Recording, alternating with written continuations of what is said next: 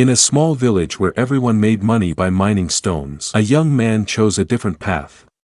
While others spent their entire day digging and selling stones to construction workshops, he was searching for unique stones, stones with strange and rare shapes. He sold them based on rarity, not weight. His customers, wealthy collectors and interior design enthusiasts, who were willing to pay a lot of money for these special stones. A year later, while most people were still living in old containers, he had already bought a house and a car. Then suddenly, everything changed. The government banned stone mining. So very soon, those dusty hills turned into pear orchards. The pears from that region became famous for their sweetness and unique aroma. Buyers rushed in from all over. But just when the town had finally adapted to its new source of income, people were shocked to see the young man cutting down his pear trees. His neighbors watched in disbelief as he planted rattan instead. Rattan is used to make baskets, and the young man started weaving and selling them. But why? Because he wasn't focused on the fruit. He was focused on the problem. Pear sellers had no strong baskets to carry their fruit to the city. And his basket idea, it was a hit. 5 years later,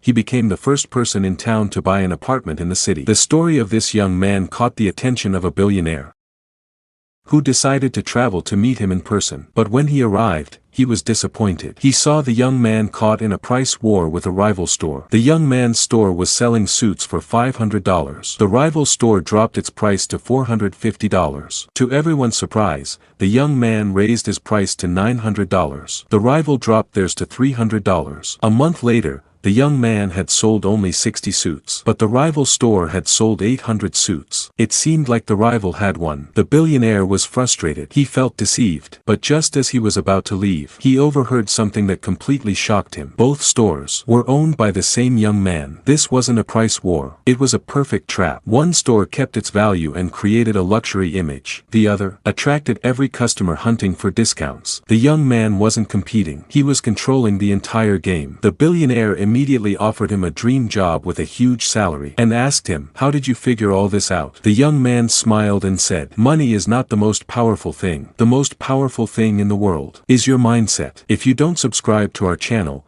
there's a chance you might never see us again. But if you do, congratulations. You're growing every single day.